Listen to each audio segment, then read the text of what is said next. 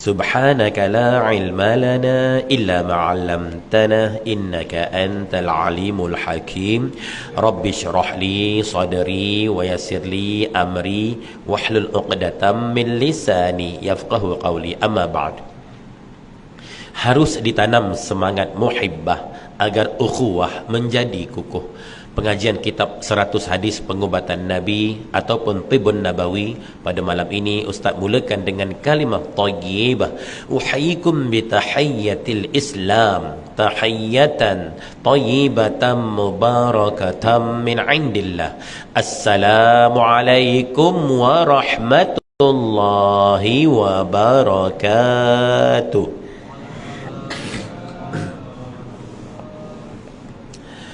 Alhamdulillah.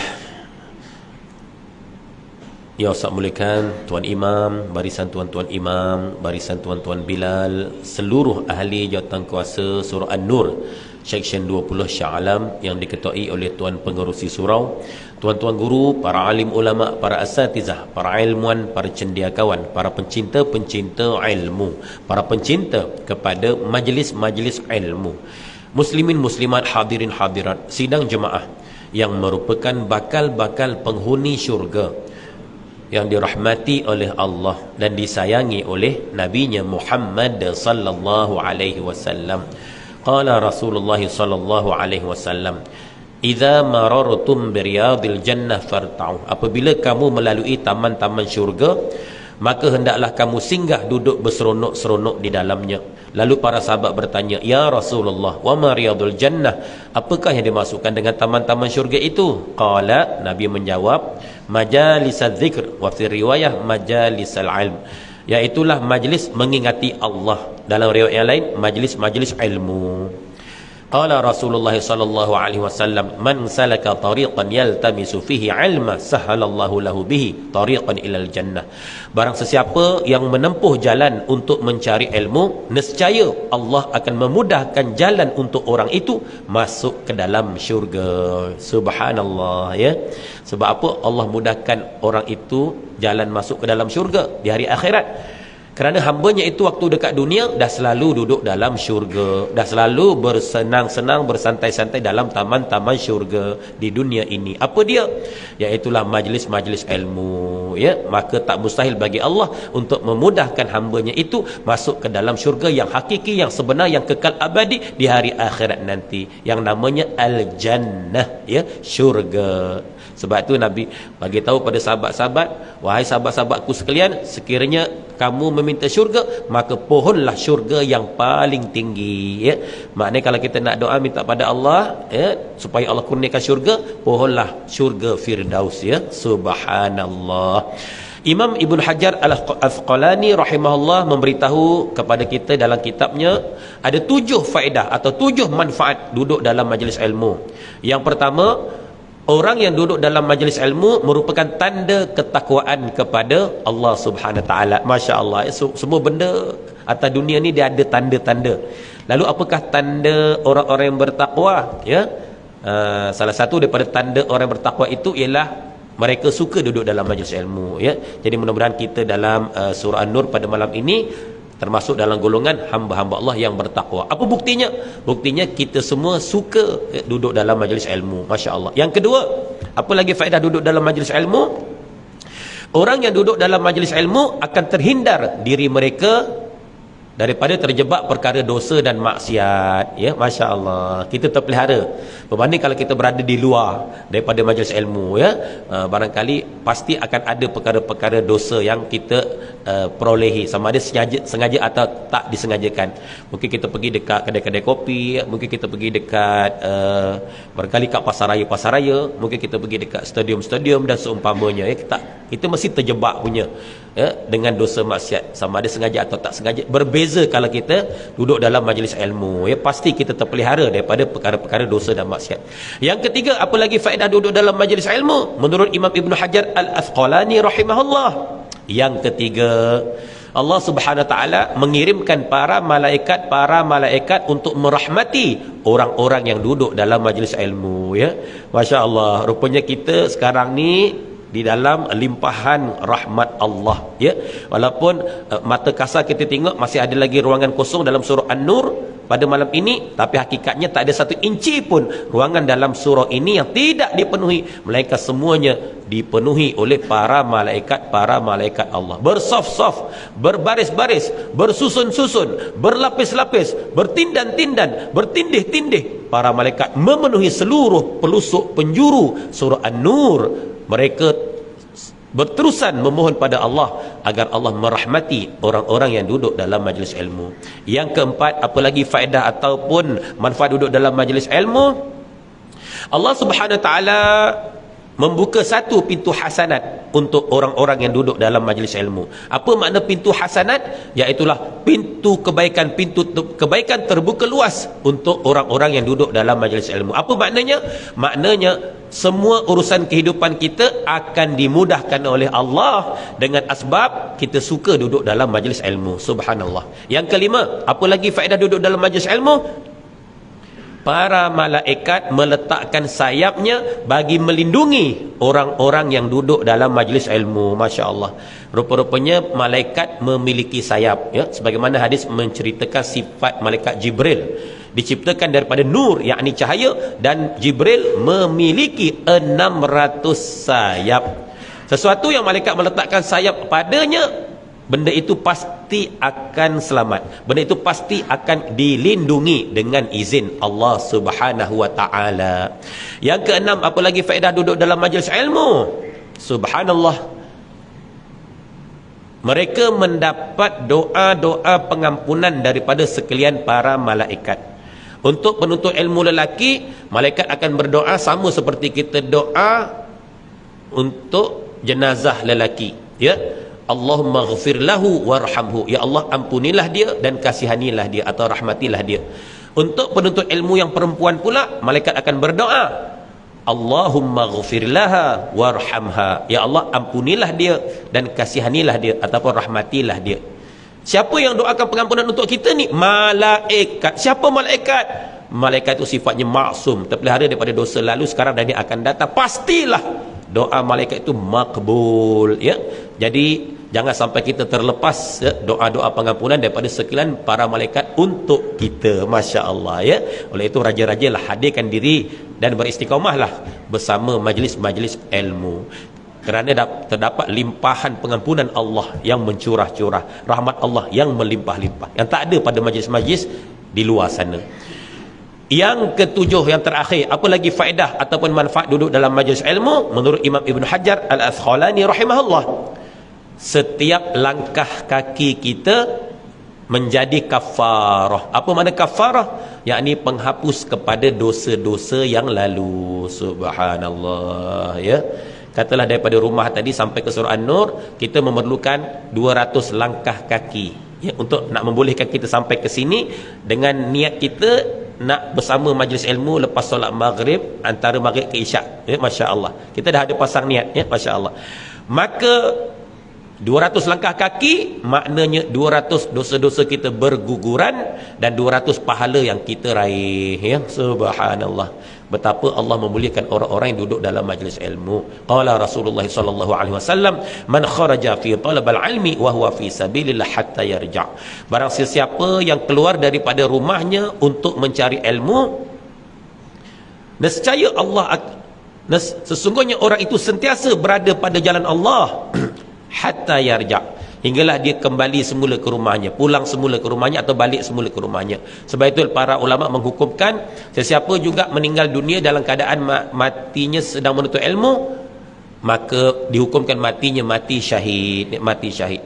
Bukan saja ketika menuntut ilmu itu dia meninggal dunia, dia mati syahid, bahkan dia baru keluar rumah, man kharaja, barang siapa keluar rumah, dia baru keluar rumah on the way nak pergi surah An-Nur sebab nak ikut kuliah maghrib, nak mengaji, nak menuntut ilmu, baru keluar rumah on the way, ya, dalam perjalanan nak sampai ke surah An-Nur, di pertengah jalan tiba-tiba dia menemui ajal, ya, mungkin kemalangan jalan raya, kena sambar peti ke ataupun heart attack, apa sajalah, dia meninggal, maka tetap dihukumkan matinya mati syahid.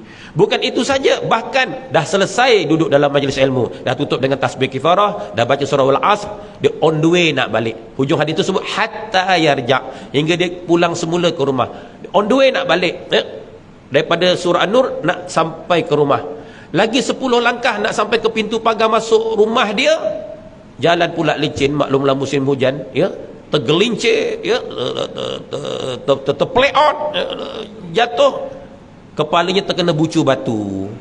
Kena bucu batu, tak sempat ambulans sampai. Qalu inna lillahi wa inna ilaihi raji'un. Meninggal dia pada masa tu. Jam-jam tu juga, tak tangguh dah, ya. Maka tetap dihukumkan mati syahid, ya. Subhanallah. Perjalanan pergi pun kalau meninggal syahid, tengah duduk dalam majlis ilmu kalau meninggal pun syahid, perjalanan pulang on the way nak sampai ke rumah tu pun meninggal dunia, tetap dihukumkan mati syahid. Betapa Allah memuliakan orang-orang yang menuntut ilmu sampai meninggalnya, perjalanan pergi ke, duduk ke, perjalanan pulang ke, tetap dikira mati syahid. Apa makna mati syahid ni? Iaitulah mati yang penuh kemuliaan. Itu maknanya, mati yang penuh kemuliaan, ya. Subhanallah. Selain daripada orang yang mati kerana lemas, mati kerana terbakar, mati kerana sakit perut, termasuklah wanita yang melahirkan anak tiba-tiba meninggal. Termasuklah juga orang meninggal dunia disebabkan dalam keadaan dia menuntut ilmu. Maka ini semua syahid, ya. Masya Allah. Syaratnya mereka tu mestilah beriman. Namun syahid ini berbeza dengan saudara-saudara kita yang berjuang fi sabilillah dekat Palestin sana. Mereka itu bila tergugur, terbunuh, mereka adalah mati syahid dunia akhirat. Jenazah mereka tak perlu dimandikan, tak perlu dikapankan, ya. Kerana pakaian, darah mereka semua akan menjadi saksi di hari akhirat. Subhanallah. Baru ni tulah satu video, ya, seorang doktor tu ditunjukkan sekujur jasad syuhada, ya. Ini hospital dekat Gaza sana. Dan dah berusia 3 hari. Maksudnya tempoh dia duduk dalam bilik tu dah 3 hari, ya.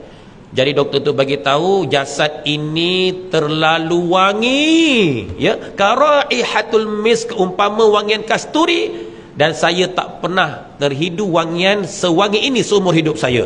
Maknanya dahsyat betul wanginya. Satu bilik tu semuanya wangi, ya. Dan doktor tu kata, amat berat hati saya nak berpisah dengan jenazah ini sebab wanginya yang luar biasa. Tapi apakan daya, namanya jenazah mestilah disegerakan untuk dikebumikan. Lepas tu doktor tu tunjuk, dia sentuh tangannya pada sebahagian tubuh badan syuhada tu. Doktor tu kata masih terasa kehangatan. Dia tunjuk lagi, darahnya masih mengalir. Subhanallah. Dah 3 hari, tuan-tuan, ya. Ini jenazah apakah ini? Luar biasa sangat wanginya, masih hangat, ya. Bahkan darah masih mengalir. Kalaulah mayat orang-orang biasa, ya, kalau dah 3 hari tak dikebumikan, apa akan terjadi, ya? Masya Allah. Sebab banyak-banyak bangkai yang paling busuk ialah bangkai manusia, ya. Bangkai manusia lebih busuk, ya. Masya Allah, paling dahsyat. Subhanallah. Dan ya Rabbi, ya, ini sangat luar biasalah, ya. Masya Allah. Baik, subhanallah. Jadi itulah 7 perkara, ya, faedah atau manfaat duduk dalam majlis ilmu menurut Imam Ibn Hajar Al-Asqalani rahimahullah. Jadi lepas ni jangan ada rasa jemu, rasa bosan, rasa boring untuk hadir ke mana-mana juga majlis ilmu diadakan, ya. Masya Allah. Hatta kita datang tu kita tertidur sama sekali. Daripada mula Ustaz baru muqaddimah dah pejam mata, dah khusyuk dengar sambil mendengkur. Bila Ustaz wabila taufiq hidayah, dia pun buka mata. Dah habis, alhamdulillah, kan, contoh. Ataupun kita datang majlis ilmu tu tak faham sikit habuk, tak ada masalah. Sebab apa tak faham sikit habuk? Kerana pengerusi surau menjemput, ya, Habib Omar Hafiz Salim, ya, daripada Yaman, Hadramaut. Habib Omar pula datang tak bawa translatornya demam, kan. Jadi Habib Omar pun takallam lughah Arabiah, cakap bahasa Arab terus menerus. Kita pun anggur, bagus macam tu, bagus. Padahal tak faham habuk pun, tuan-tuan, ya. Ataupun barangkali Biro Dakwah Surah An-Nur menjemput Dr. Zakir Naik, ya, made in India, ya, untuk menyampaikan ceramah perbandingan agama. Dr. Zakir Naik pula, speaking English 100%. Aku pula speaking. Dahsyat dia. Memang tak payah translator, sebab penduduk surah An-Nur ini persekitarannya semua adalah orang-orang elit, orang-orang golongan profesional. Semua memang kalau speaking berabuk. Jadi tak perlu translator. Kecuali kalau macam ustaz ni kan, ustaz ni jenis makan ikan wadik, ikan wadik, kolaan nering napang tekoreheng kan. Orang kata orang Belanda. Ada juga sebahagian kawan ustaz ni, kebanyakan ustaz tengok orang Jerman, maring di wes mangan urung kan, wes entek. Contoh. Itu orang Jerman. Kalau kolaan nering napang tekoreheng itu orang Belanda. Subhanallah. Jadi ustaz pun tak faham sikap. Tak ada masalah. Walaupun kita hadir majlis ilmu kita tertidur, walaupun kita ada majlis kita tak faham sikap habuk, tetap kita mendapat limpahan rahmat Allah dan dihujani pengampunan Allah yang tak ada pada majlis-majlis di luar sana. Subhanallah, ya. Teruskan istiqamah bersama majlis-majlis ilmu. Mari kita jadi pencinta-pencinta ilmu dan pencinta kepada majlis-majlis ilmu, ya. Bukan aku memang pencinta wanita namun ku bukan buaya. Jangan. Itu nanya tuan-tuan, itu nanya, ya. Kita jadi pencinta ilmu, ya. Subhanallah. Baik, insya-Allah malam ni buka muka surat 77. Hadis ke-82, ya. Muka surat 77. Okey. 77. Dahsyat, ya. 77, ya. Bukan 007 tu James Bond, ya. Okey. Hadis 82, tajuknya ruqyah untuk sakit telinga, ya. Ruqyah untuk sakit telinga. Dulu kita dah belajar apa itu ruqyah. Ruqyah ini bacaan yang dibacakan ke atas pesakit. Itu namanya ruqyah ataupun jampi bahasa kita. Dan lebih afdal apa yang dibacakan, ayat-ayat Al-Quranul Karim, ya, zikir-zikir, juga doa-doa yang maksur daripada Rasulullah SAW dibacakan ke atas pesakit. Itu namanya ruqyah. Ruqyah bahasa Melayunya jampi, ya. Baik, ruqyah untuk sakit telinga. Bismillahirrahmanirrahim. An Anas bin Malik qala azina Rasulullah sallallahu alaihi wasallam li ahli baitin minal ansari ayyarqu minal humati wal udhun. Maknanya dari Anas radhiyallahu anhu menceritakan Rasulullah sallallahu alaihi wasallam mengizinkan kepada orang-orang Ansar untuk meruqyah bagi sengatan binatang dan sakit telinga, ya. Usah ulang balik terjemahannya. Dari Anas radhiyallahu anhu menceritakan Rasulullah sallallahu alaihi wasallam mengizinkan kepada orang-orang Ansar untuk meruqyah bagi sengatan binatang dan juga sakit telinga, ya. Sahih Al-Bukhari dalam kitab At-Tib. Masya-Allah. Dulu kita dah belajar kalau kena sengat binatang berbisa, apa bacaan yang perlu kita bacakan pada orang terkena sengatan binatang berbisa tadi. Ya, mudah saja, bacakan Ummul Kitab, ya, ataupun suratul Fatihah. Masya Allah. Kemudian diludahkan sedikit pada bahagian yang digigit, disengat tadi, bahagian yang kena bisa tadi. Masya Allah. Kalau kita yakin, insya Allah mujarab, ya, insya Allah sembuh dengan izin Allah Subhanahu Wa Taala. Baik. Okey, tengok hadis 83 pula. Di antara bacaan ruqyah Nabi, ya. Di antara bacaan ruqyah Nabi. Okey. Sebelum tu tentang sakit telinga, ya. Apa ayat-ayat yang kita nak baca? Masya-Allah, ya. Jadi innallaha sami'un basir, ya. Allah itu Maha mendengar lagi Maha melihat, ya. Apa-apa juga ayat Al-Quran yang ada kaitan dengan Allah Maha mendengar, ya, sami', ya. Ya, telinga kita guna untuk mendengar, kita boleh jadikan ruqyah, ya, untuk nak rawat masalah telinga. Pernah satu ketika dulu ayah ustaz sakit telinga dah berlarutan 3 bulan, ya. Dah lebih kurang 5 doktor pakar ayah ustaz jumpa, masih tak menemui jalan penyelesaian, ya. 5 doktor. 5 doktor tu termasuk doktor sakit telinga. 5 doktor, ya. Masya Allah. Masya Allah. Dah 3 bulan.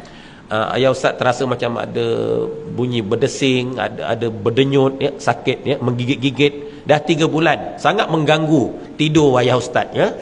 Sangat mengganggu. Satu hari ustaz balik kampung, ayah ustaz kata, "Sapuan, telinga abah dah 3 bulan ni abah menanggung sakit ni, tak hilang-hilang. Dah 5 doktor abah jumpa ni, ya. Sepon ruqyah lah sikit, bacalah apa jampi pun. Betul ustaz pun ikhtiar ya. Ustaz pun ikhtiar, ustaz baca ruqyah, ustaz tiup telinga kanan ayah ustaz. Lepas tu ustaz baca lagi ruqyah, ustaz tiup telinga kiri ayah ustaz. Lepas tu ustaz pun baliklah Bukit Kerayong. Besoknya bila ustaz telefon, alhamdulillah telinga ayah ustaz dah baik ya, dah baik sepenuhnya dengan izin Allah ya. Jadi ustaz bacaan apa ustaz baca tu? Antaranya sudah tentulah ruqyah yang dibaca oleh Nabi Muhammad sallallahu alaihi wasallam ya. Kerana apa yang Nabi baca itu, kalau kita baca itu disebut doa-doa yang maksur daripada Rasulullah sallallahu alaihi wasallam, insya-Allah mujarab. Baik, kita lihat hadis 83 di antara bacaan ruqyah Nabi. Ni antaranya ya, di antara bacaan ruqyah Nabi. Bismillahirrahmanirrahim. An Abdul Aziz qala dakhaltu ana wa Thabitun ala Anas bin Malik faqala Thabitun ya Aba Hamzata istakaitu faqala Anasun ala arqika bi ruqyati Rasulillah sallallahu alaihi wasallam. Qala bala. Qala Allahumma rabban nasi mudhibal basish fi anta syafi la syafi la syafiya illa anta shifaan la yughadiru saqama ya. Dari Abdul Aziz rahimahullah yang menceritakan, aku dan Thabit rahimahullah telah masuk bertemu Anas bin Malik radhiyallahu anhu. Thabit berkata, wahai Abu Hamzah, yakni panggilan bagi Anas, aku ditimpa sakit. Lalu Anas berkata, mahukah kamu aku ruqyahkan kamu dengan ruqyah Rasulullah sallallahu alaihi wasallam? Jawab Sabit, sudah tentu. Anas pun membaca ruqyah Rasulullah sallallahu alaihi wasallam yang bermaksud, Allahumma rabban nasi, ya Allah, wahai Tuhan manusia, mudhibal basi, Tuhan yang menghilangkan penyakit, isfi anta syafi, engkaulah Tuhan maha penyembuh, la syafiya illa anta shifaan, tiada penyembuh melainkan engkau sahaja, syifaan la yughadiru saqama, penyembuhan yang tiada meninggalkan lagi penyakit ya. Sahih Bukhari dalam kitab At-Tib. Masya-Allah ya. Ini antara ruqyah Nabi ya. Ruqyah Nabi, masya-Allah. Kita lihat pula hadis ke-84. Bismillahirrahmanirrahim. An Aisyah radhiyallahu anha anna an-nabiy sallallahu alaihi wasallam kana yu'awwidhu ba'da ahlihi yamsahu biyadihil yumna wa yaqulu Allahumma rabban nasi adhibil basa ishfi wa tasyafi la shifaa illa shifaa'uka shifaan la yughadiru saqama. Dari Aisyah radhiyallahu anha menceritakan, sesungguhnya Nabi sallallahu alaihi wasallam membaca doa perlindungan untuk ahli keluarganya apabila ia menziarahi mereka yang sedang sakit, iaitu baginda menyapu dengan tangan kanannya dan membaca, ya Allah, wahai Tuhan manusia, hilangkanlah penyakit, sembuhkanlah. Engkaulah Tuhan yang menyembuhkan, di tanganmu jualah penyembuhan. Tidak ada penyembuhan melainkan penyembuhanmu sahaja, penyembuhan yang tidak akan membiarkan saki baki penyakit ya. Riwayat Imam Al-Bukhari dalam kitab At-Tib. Masya-Allah ya. Doa ini yang Ustaz amalkan ya. Ustaz amalkan doa yang ini, hadis 84. Jadi setiap kali kalau Ustaz diminta ruqyah, inilah antara ruqyah yang Ustaz mengulang-ulangi ya. Lagi banyak ulang lagi bagus waktu kita nak meruqyah ya. Paling kurang boleh baca sekali, lebih baik kita baca 3 kali, lebih baik lagi kita baca 7 kali. Masya-Allah ya, 7 kali. Atau kalau nak banyak lagi, kalau masanya ada panjang, boleh baca 11 kali. Ataupun kalau waktunya panjang, kita pun tak terkejar mana-mana ya, tak ada apa kerja nak buat dah ya, baca 27 kali ya, baca 27 kali ya. Innallaha ta'ala witrun yuhibbul witra, sesungguhnya Allah itu ganjil dan Allah suka yang ganjil-ganjil. Allah suka yang ganjil-ganjil. Masya-Allah. Sebab itu kalau kita dalam ibadah contoh kan, kita nak amal perkara-perkara sunat tu kan, diulang-ulangi angka ganjil. Wuduk sekali itu wajib basuh muka, 3 kali sunat. Masya-Allah, 3 kali sekali 3 kali, dia tak jadi 2 kali, dia tak jadi 4 kali.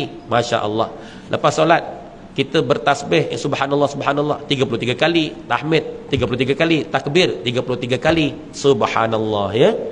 Nama-nama Allah 99, asmaul husna ya 99, masya-Allah.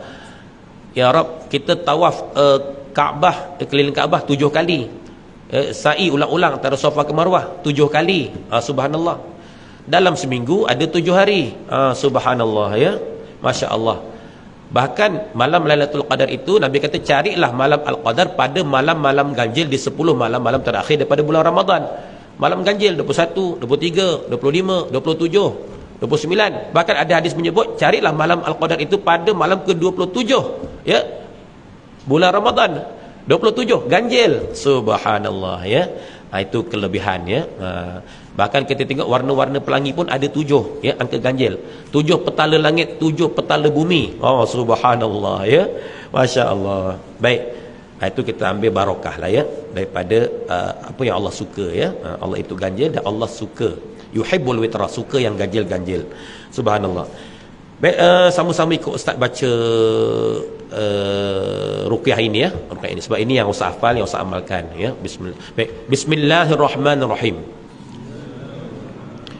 Allahumma Rabban nasi adhibil basa ishfihi wa anta syafi la shifaa illa shifauka shifaan la yughadiru saqama. Amin amin amin ya rabbal alamin ya. Baik, kalau kita tengok hadis-hadis yang lain banyak disebut situ azhibil ba'sa ya, azhibil ba'sa. Tapi Ustaz terima ijazah daripada guru Ustaz Ahmad Adnan bin Fadil kerana beliau juga terima ijazah daripada gurunya Syekh Muhammad Sulaiman Al-Ahdal dari Hadramaut Yaman ya. Jadi gurunya mengijazahkan kepada beliau azhibil basa, macam sebagaimana tulis dalam kitab ini, azhibil basa. Ba alif sin ya, dia tak ada hamzah di situ. Tapi kalau hadis lain kita lihat dalam riwayat lain disebut azhibil ba'sa. Ba'sa. Dalam kitab ini azhibil basa. Maknanya sama. Cuma sebutannya ya, sebutannya. Jadi Ustaz beramal sebagaimana Ustaz terima daripada guru Ustaz, azhibil basa. Namun kebanyakan bacaan yang sama di luar sana disebut azhibil ba'sa. Kedua-dua pun boleh. Kedua-dua pun boleh. Cuma Ustaz lebih suka beramal dengan apa yang Ustaz terima daripada guru Ustaz ya. Azhibil ba'sa. Kerana beliau juga terima daripada guru beliau Syekh Muhammad Sulaiman Al-Ahdal dari Hadramaut pun azhibil ba'sa ya. Masya-Allah ya, boleh insya-Allah. Baik, jadi kalau depan ni tuan-tuan nak ruqyah, Ustaz cadangkan baca ruqyah ini ya. Hadis 84. Baca ruqyah ini insya-Allah mujarab, baca dengan penuh keyakinan dengan izin Allah, mujarab ya. Ustaz pernah bacakan ruqyah ini pada orang yang kena stroke ya. Kena stroke ya, terdampar atas katil ya. Semua isterinya uruskan, makan minum, pakai mandi, buang air besar, buang air kecil, semua ambil uduk, semua isterinya uruskan. Dia tak boleh buat apa-apa ya. Badannya dah lemah, seluruh rangka tutup badan. Dengan izin Allah, bila Ustaz dipanggil, inilah ruqyah Ustaz baca berulang-ulang kali. Ustaz baca pada air zam-zam ya. Itu ikhtiar lah, ikhtiar. Lepas 2 minggu, isteri telefon Ustaz, ucap terima kasih, bersyukur tak tinggal pada Allah ya. Suami dah pulih sepenuhnya. Sehingga kan bila kawan-kawannya ziarah, kawan-kawannya kata, kau sihat je, tak ada beza pun kan. Sebab apa? Sebab apa? Dalam ruqyah ini kan hujung disebut syifa'an la yughadiru saqama, penyembuhan yang tidak meninggalkan saki baki penyakit, tak tinggal. Jadi kalau orang kena stroke, biasa kalau dia dah sembuh, dah sihat, kadang-kadang ada jugalah nampak mungkin mukanya ada sengit sikit kan, berbanding sebelum kena stroke. Mungkin cara bercakap pun dah tak selancar sefasih sebelum kena stroke. Barangkali pergerakan di jalan pun dah tak selaju, tak sepantas seperti sebelum dia kena stroke. Itu maknanya saki baki itu masih ada kesan-kesan daripada penyakit. Tapi insya-Allah dengan penuh keyakinan kita minta pada Allah sepenuh hati dengan baca doa ini, hujungnya disebut syifa'an la yughadiru saqama, penyembuhan yang tidak meninggalkan saki baki penyakit. Maknanya andai kata dia sembuh, dia akan sembuh sepenuhnya, seakan-akan dia tak pernah terkena penyakit yang dia alami sebelum dia sembuh, ya, dengan izin Allah, ya. Itu kena yakin. Baik, hadis ke-85 pula. Sebelum tu saya nak bagi tahu mengenai hadis 84 tadi, sunnah, ya. Sunnah, setiap kali kita ziarahi orang sakit, kita usap tangan kanan kita pada tubuh badan si pesakit. Ini sunnah yang Nabi lakukan sendiri pada kerabatnya yang sakit, ya. Usap wajahnya, usap tubuh badannya sambil membaca ruqyah ini, ya. Ini sunnah. Bila sunnah kita lakukan, kita mendapat pahala. Baik, kita berhenti seketika laluan untuk lantunan azan Isya. Falitafaddal Tuan Bilal Saiful Akbar.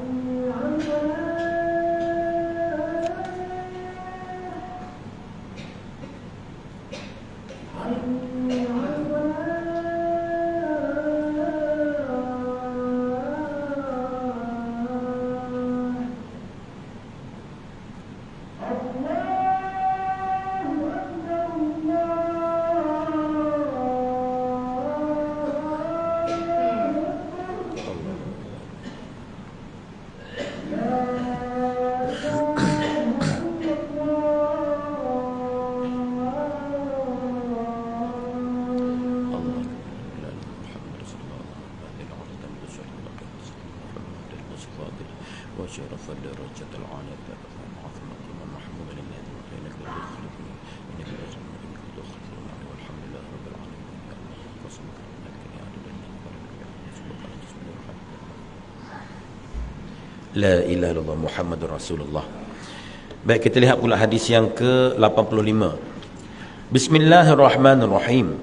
An Aisyah anna Rasulullah sallallahu alaihi wasallam kana yarqi yaqulu sah albasa rabban nasi biyadika syifa'u la kashifa lahu illa anta. Dari Aisyah radhiyallahu anha menceritakan, sesungguhnya Rasulullah sallallahu alaihi wasallam apabila meruqyah, bagi dia akan membaca, maksudnya hilangkanlah penyakit wahai Tuhan manusia, di tanganmu lah kesembuhan, tidak ada siapa yang dapat membuang penyakit melainkan engkau sahaja. Ya, Sahih Al-Bukhari dalam kitab At-Tib. Ya, subhanallah, Masya Allah, ya. Jadi Ustaz dah kongsikan beberapa bacaan ruqyah Nabi, ya. Hadis 83, hadis 84, hadis yang ke-85, dan kita boleh beramal dengannya insya-Allah. Bukan setakat beramal, boleh mempraktikkannya apabila kita nak melaksanakan ruqyah, sama ada untuk diri kita sendiri atau untuk keluarga kita ataupun untuk sesiapa saja, ya. Bacalah ruqyah ini insya-Allah.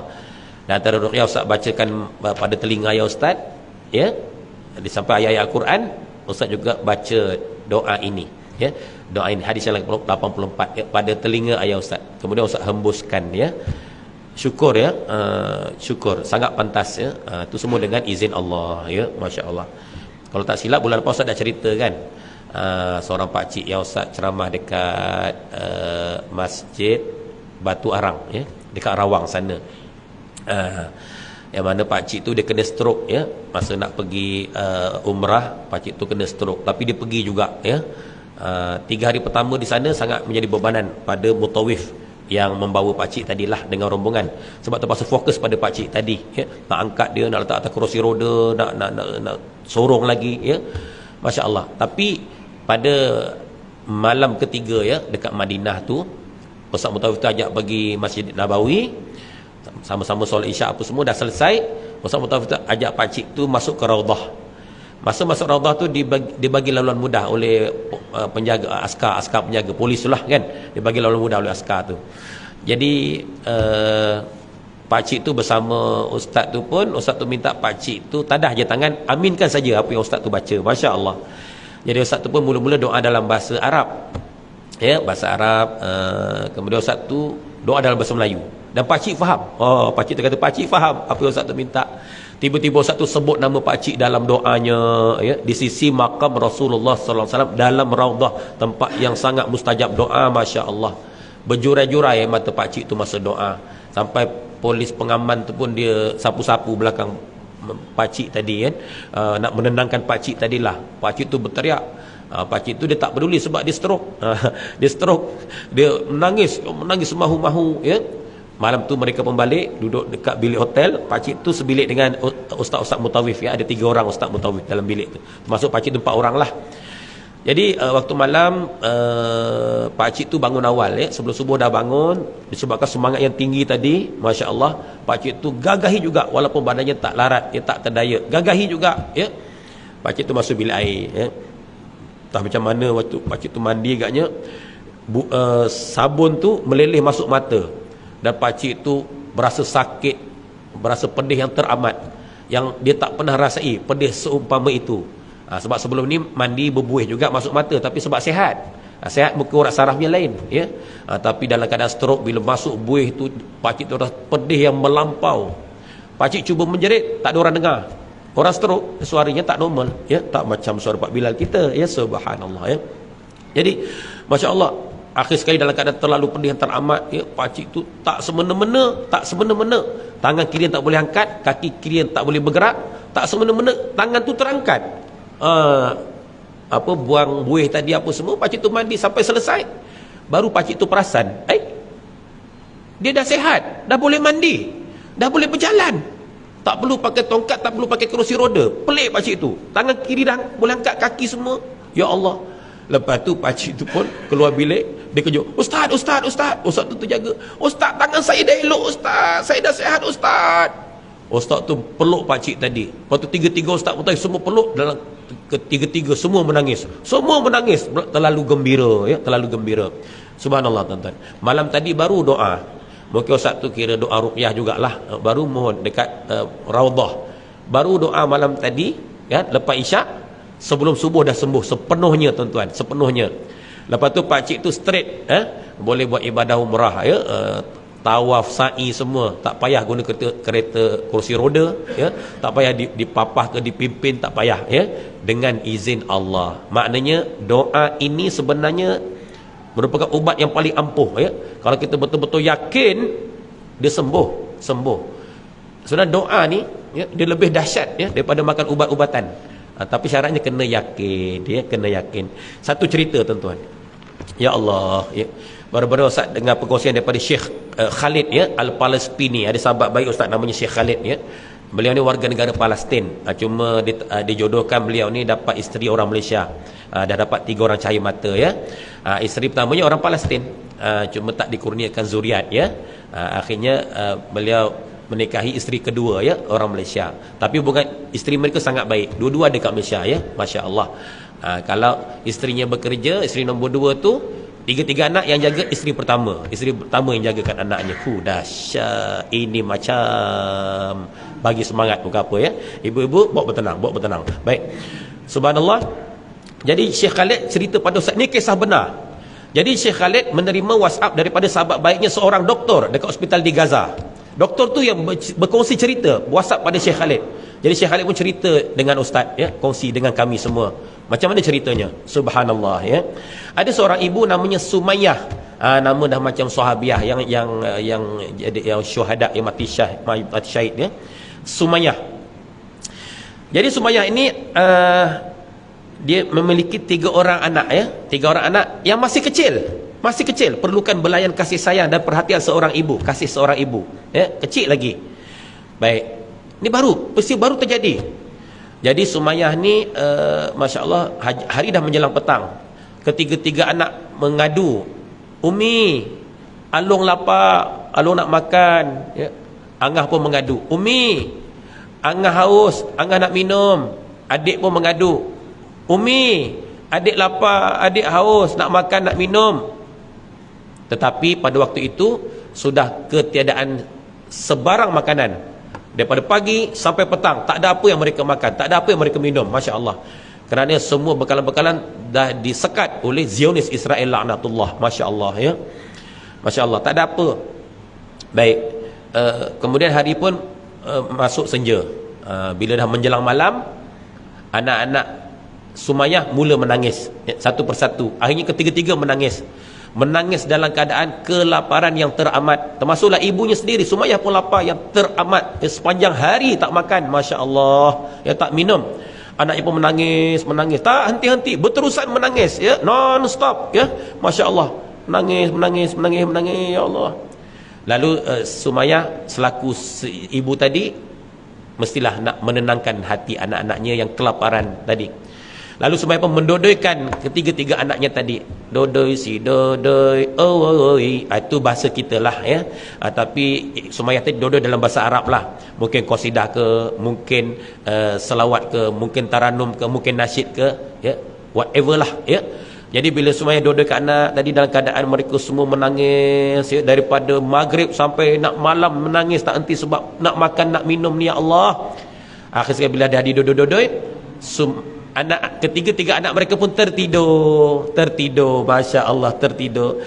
Termasuklah ibunya sekali ya, Sumayyah pun tertidur ya, Masya Allah, tertidur dalam keadaan lapar ya Allah. Kita dekat Malaysia ni tidur dalam keadaan kekenyangan dah macam ular sawah ya. Tapi mereka tertidur dalam keadaan yang sangat lapar ya Allah ya. Tak semena-mena pada tengah-tengah malam ya, sebutir bom telah dilepaskan mengenai kediaman mereka. Tum. Maka ketiga-tiga anak Sumayyah tadi semua hancur berkecai ya. Daging mereka dah bercampur antara satu sama lain, tak dapat nak dikenali mana satu Along, mana satu Angah, mana satu adik, hancur berkecai. Namun begitu alhamdulillah Sumayyah dapat diselamatkan ya. Si ibu tadi Sumayyah dapat diselamatkan. Bergegas dibawa ke hospital ya. Masya Allah. Dan lebih kurang pukul 3:30 pagi Sumayyah pun tersedar daripada pengsannya. Dia dah tak sedar diri ya. Tersedar 3:30 pagi. Dan ketika mana Sumayyah tersedar dekat hospital, dia dapati tangan kanan Sumayyah dah hilang, kaki kiri Sumayyah dah hilang. Ya, dah hilang. Masya Allah ya. Dan subhanallah, apakah perkataan yang mula-mula terpacul daripada mulut Sumayyah? Itu doktor tu ceritalah pada Syekh Khalid ya. Masya Allah. Bukan mana tanganku, mana kakiku, tak. Bukan itu. Yang mula-mula terkeluar daripada mulut Sumayyah ialah, "Anakku, Along, Angah, adik mana? Doktor, mana anak-anak saya? Mereka lapar, mereka nak makan, mereka haus, mereka nak minum. Mana mereka, doktor?" Masya Allah. Betapa kasih seorang ibu terhadap anak-anaknya. Sampai tak peduli tangan hilang, kaki hilang, anak juga nombor satu. Sebab itulah bila sahabat berjumpa dengan Rasulullah SAW, bertanya, "Ya Rasulullah, apakah patut aku berbuat baik Nabi kata ayahmu, minta maaf, ibumu, ya. Sahabat tu tanya lagi, tetap Nabi menjawab ibumu. Sahabat tu tanya lagi, tetap Nabi menjawab ibumu. Sahabat tanya lagi, barulah ayahmu, ya. 3 kali Nabi sebut ibumu. Kali keempat barulah ayahmu. Nak menunjukkan betapa tinggi naluri kasih sayang seorang ibu terhadap anak-anaknya. Ya Allah, ya. Baiklah, tangan dah hilang, kaki dah hilang pun masih ingat anak lagi.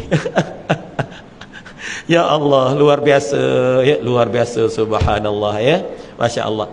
Disebabkan kata doktor tu, Sumayyah ini terpaksa dilakukan pembedahan segera sebab takut ada jangkitan. Sebab bila sini kan dia kena bom kan, dengan segala serbuk apa, simen, segala macam, rumah hancur kan, kaki. Dan Sumayyah juga, ya, dia terpaksa dijahit rupanya 100 jahitan dekat kepala dia. 100 jahitan, tuan-tuan, ya. Masya Allah. Disebabkan doktor nak menenangkan hati Sumayyah sebab nak buat operasi segera. Jadi bila Sumayyah tanya, doktor, mana anak saya? Doktor kata, puan, bertenang puan, bertenang. Anak-anak puan, mereka semua selamat. Mereka ada di bilik sebelah. Doktor cakap macam tu sebab nak buat pembedahan ni, nak tenangkan hati Sumayyah. Masya Allah. Lalu operasi pun nak dijalankan. Dan ketahuilah tuan-tuan, puan-puan, kakak, abang semua, pada waktu ini, di saat ini, untuk nak melakukan operasi pembedahan, jahitan dan sebagainya, dalam keadaan ketiadaan ubat bius, ya. Ubat bius dah tak ada sekarang. Zionis Israel dah sekat semua bekalan-bekalan ubat, semua bekalan-bekalan, termasuklah ubat bius. Jadi mereka sekarang, warga Palestin yang tercedera apa semua, bila doktor nak buat rawatan, tanpa ubat bius, ya. Jahit ke, bedah ke, potong ke, semua tanpa ubat bius. Tuan-tuan boleh bayangkanlah macam mana, tuan-tuan. Allahu Akbar, ya. Jadi apakah ubat bius yang paling ampuh digunakan pada saat ini, di waktu ketiadaan ubat bius secara fizikal? Apa dia, tuan-tuan? Iaitulah bacaan ayat-ayat Al-Quranul Karim, ya. Masya Allah. Ingat tak ketika di zaman Rasulullah SAW waktu berlaku peperangan, seorang sahabat sembahyang solat, tiba-tiba satu anak panah tertusuk di bahu dia, cup. Sahabat tu terus solat, ya. Kemudian tertusuk pula anak panah kedua bahagian pahanya, cup. Sahabat tu terus solat. Subhanallah. Selesai saja sahabat tu solat, bagi salam, baru perasan berlumuran darah, ya, menitik dekat tanah. Masya Allah.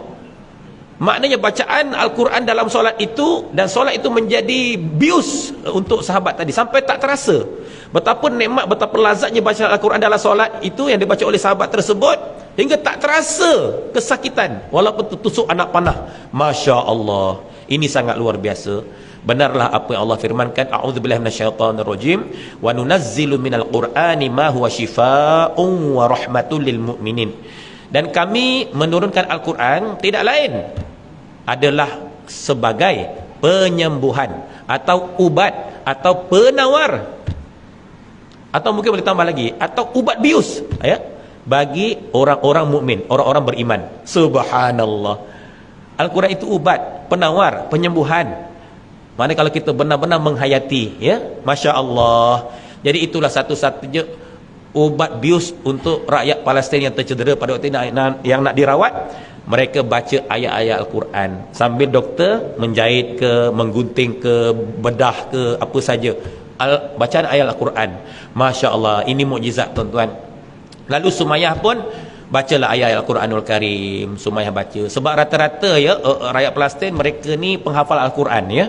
Malah kalau tuan-tuan nak tahu, pasukan Brigade Al-Qassam Hamas itu menjadi kebanggaan rakyat Palestin. Siapa yang terpilih untuk menyertai pasukan Brigade Al-Qassam itu memang jadi kebanggaan keluarga mereka di sana. Sebab apa, tuan-tuan? Syarat nak masuk Hamas ini, pertama mesti mendapat keizinan daripada mak bapak mereka. Mak bapak tak izin, tak boleh masuk. Izin baru boleh masuk. Yang kedua, syaratnya mestilah mereka ini berjaya solat subuh secara berjamaah selama 60 hari berturut-turut. Masya Allah. Mungkin tuan-tuan kata, ustaz, kami pun biasa je, 60 hari biasa. Iya, itu kita. Sebab kita usia dah senja, tuan-tuan. Ini untuk anak-anak muda yang umur 17, 18, 19, 20, 21, 22, 23, 24, 25. Kalau ada anak-anak muda umur sebaya ini, ya, boleh solat subuh, ya, berjamaah di masjid 60 hari berturut-turut. ini memang cap jempol, memang kita wajib ambil buat menantu tuan-tuan ya. Subhanallah. Betul tuan-tuan. Hai, 60 hari betul-betul solat subuh tuan-tuan. Anak muda pula. Anak tua tak usah kira lah kan. Ya, subhanallah. Baik, itu yang kedua. Syarat ketiga nak menyertai bagi Al-Qasam Hamas, syarat ketiga mesti menghafal 30 juzuk Al-Quran. Kalau setakat juzuk 30 je tak jadi tuan-tuan. Apatah lagi kalau setakat bukan 30, 3 kul je tuan-tuan. Itu boleh balik awal lah ya. Temu duga ditolak. Subhanallah. Itu yang ketiga tuan-tuan. Masya Allah. Yang keempat apa lagi syaratnya tuan-tuan? Mereka ni mesti mengamalkan puasa sunat Nabi Daud. Kata hari ni puasa, besok buka. Lusa puasa, tulak buka. Seterusnya begitu. Yang kelima apa lagi tuan-tuan? Tak pernah tinggal solat tahajud setiap malam. Ya Allah, setiap malam tahajud. Kita pun ada juga, tapi bukan tahajud. Kita terkejut. Sebab nak buat yang besar, nak buat yang kecil. Lepas kau ajak tidur balik. La ilaha illallah. Bila tidur, Pak Bilal lah tukar azan, Abang Saiful Akmal tak dengar. Kan? Sebabnya dia tarik selimut toto ataupun Saratoga. Kan? Tahu-tahu bila terjaga je, matahari dah tercacak atas kepala. Masa tu bukan lagi subuh gajah tuan-tuan, tapi subuh dinosaur tuan-tuan ya. Lebih besar daripada gajah. Subhanallah. Jadi itu 5 syarat ya nak menyertai Brigade Al-Qassam tuan-tuan. Dan usah difahamkan pada waktu ini pasukan Brigade Al-Qassam Hamas semuanya ada 40,000 orang. Yang baru dikerahkan untuk bertempur dengan Zionis pada waktu ini baru 5,000 tuan-tuan. Baru 5,000 orang. Ada reserve lagi simpanan 35,000 orang tuan-tuan. Belum keluar lagi ya. Masya Allah, baru 5,000. Itu pun alhamdulillah ya. Dah 3,000 tentera-tentera Zionis terbunuh. 3,000 tuan-tuan. Mereka sangat tak menduga. Mereka sangka beberapa hari boleh tawan Palestin sepenuhnya. Mereka sangka begitu. Akhirnya sampai sebulan pun, sampai 48 hari, sampai terpaksa dibuat gejatan senjata ya. Apatah lagi dia support pula dengan boykot ya, negara-negara umat Islam ke atas produk mereka, barangan mereka yang menjejaskan ekonomi mereka. Maklumlah tuan-tuan, bila nak berperang ni tuan-tuan, memang berbilion habis. Tengoklah jet-jetnya, kereta kebalnya, kapal perangnya, semua peralatan yang sangat-sangat canggih. Berbeza dengan tentera Hamas yang rata-rata kita boleh cakap lah, mereka ni hanya menggunakan senapang patah cap ayam ya. Senapang patah cap ayam. Walaupun cap ayam tuan-tuan, jangan pandang sebelah mata, tapi pandanglah kedua-dua belah mata. Sebab walaupun hanya senapang patah cap ayam, boleh menyebabkan jet para jurid Zionis terhempas tuan-tuan. Terhempas tuan-tuan. Bukan guna kereta kebal yang hebat-hebat ya. Yang cap ayam aja. Kuasa siapakah ini? Allah Ta'ala. Saya baca baru-baru ni, lebih 1,000 biji peluru berpandu Zionis tak meletup tuan-tuan. Tak meletup tuan-tuan. Masya Allah, 1,000 biji ya, lebih 1,000 biji. Kuasa siapakah ini yang menyekat daripada meletup?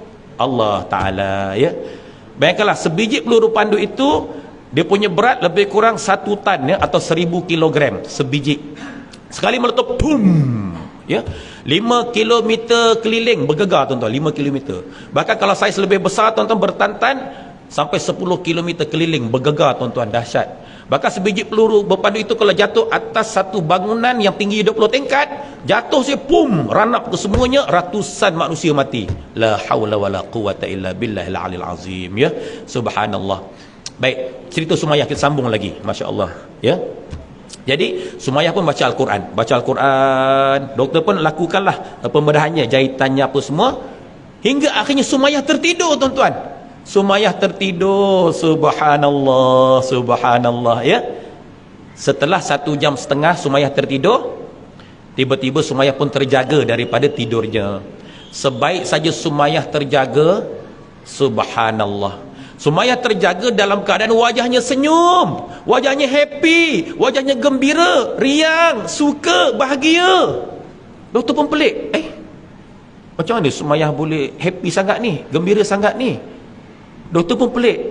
Lepas tu Sumayyah pun kata, doktor tak perlu cakap apa-apa, saya dah tahu. Tahu apa puan? Sesungguhnya ketiga-tiga anak saya, mereka semua dah syahid. Macam mana puan boleh tahu? Doktor kata, macam mana puan boleh tahu?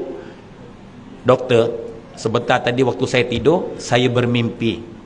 Ketiga-tiga anak saya datang dalam mimpi saya. Ibu, Along dah makan, Along dah kenyang. Makanan di sini sedap sangat ibu. Ibu, Angah dah minum, air sedap sangat. Angah dah hilang haus.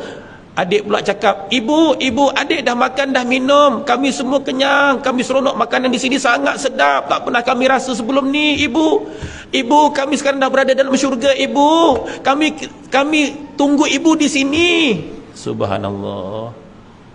Bila ibu bangun tadi, wajah senyum, wajah ceria, suka, bahagia. Ya Allah, lupa segala kesengsaraan, lupa tangan dah hilang, lupa kaki dah hilang, kerana mimpi anak dah berada di syurga, tuan-tuan. Subhanallah. Ini kisah benar, ya, sebagaimana doktor tu cerita pada Syekh Khalid sahabat ustaz, ya, dalam WhatsAppnya. Ya Allah, tuan-tuan.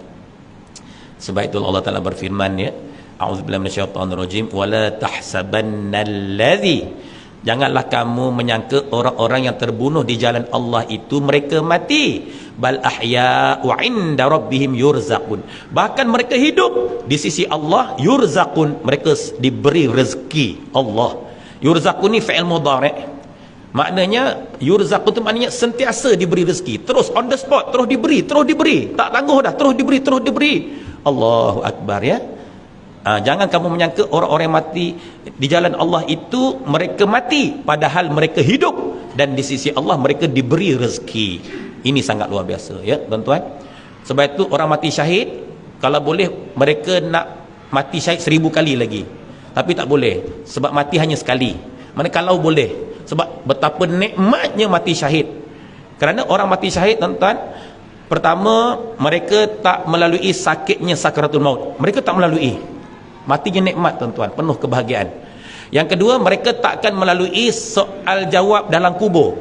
Tak melalui, tuan-tuan. Subhanallah. Yang ketiga, bila rohnya dicabut, ya, diangkat ke langit, ya, yang menyambut rohnya bukan para malaikat, tapi Allah sendiri yang menyambut rohnya, ya, mengambil rohnya. Subhanallah. Dan rohnya terus masuk syurga, tuan-tuan. Cuma mereka belum dapat menikmati nikmat-nikmat syurga seperti mana penghuni-penghuni syurga. Belum lagi. Diceritakan dari riwayat, rohnya masuk dalam burung, ya, masuk dalam burung. Lalu berterbanganlah dalam syurga, bersia-sia, bersuka-suka, berseronok-seronok, meninjau-ninjau syurga sampai kiamat. Tahu-tahu dah kiamat. Subhanallah, ya. Inilah keistimewaan orang mati syahid dunia akhirat. Allahu Akbar. Subhanallah. Baik, tuan-tuan. Itulah sebahagian daripada keyakinan kita, ya, tentang ayat-ayat Al-Quranul Karim, ya. Nabi bersabda, alaikum bisyifa'aini al-Quran wal asal, ke atas kamu 2 penyembuhan atau 2 ubat ataupun 2 perawatan, Al-Quran dan madu, ya. Al-Quran dan madu. Alaikum bisyifa'aini al-Quran wal asal. Al-Quran itu ubat, tuan-tuan, penyembuhan, ya. Masya Allah. Al-Quran, tuan-tuan, Allahu Akbar. Lebih kepada masalah berkaitan kerohanian. Adapun madu lebih kepada ubat-ubatan untuk masalah fizikal, ya, fizikal, jasmani, ya. Tapi ala kulli hal, Al-Quran kedua-dua sekali, jasmani dan rohani, ya, kedua-dua sekali menjadi ubat, ya, penawar.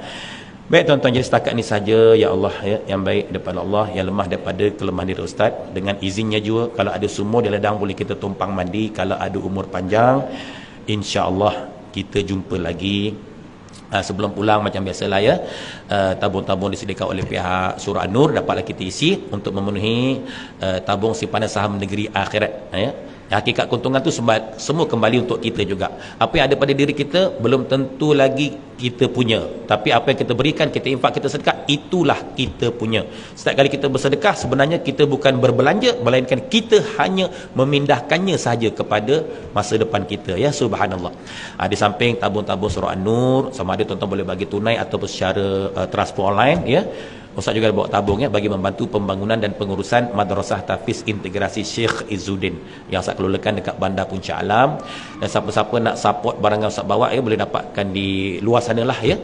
Ada mafla Palestin, ya, ada madu asli tualang, ya, dari hutan Pahang, ya, ada sapuan terapi gosok, ya, bentuk roll on, bidara campur 50 campur alia, melegakan sakit lutut setengah sedih, bisa kebas, gangguan makhluk sudah seumpamanya, dan banyak lagi. Wallahu alam. Kita tutup majlis ilmu ini dengan dengan tasbih kifarah dan surah wal asr. Subhanakallahumma bihamdika asyhadu an la ilaha illa anta astaghfiruka wa atubu ilaik. Bismillahirrahmanirrahim. Wal asr innal insana lafi khusr illa alladhina amanu wa 'amilus solihat wa tawassaw bil haqq wa tawassaw bis sabr. Wabillahi taufiq wal hidayah. Assalamualaikum warahmatullahi wabarakatuh.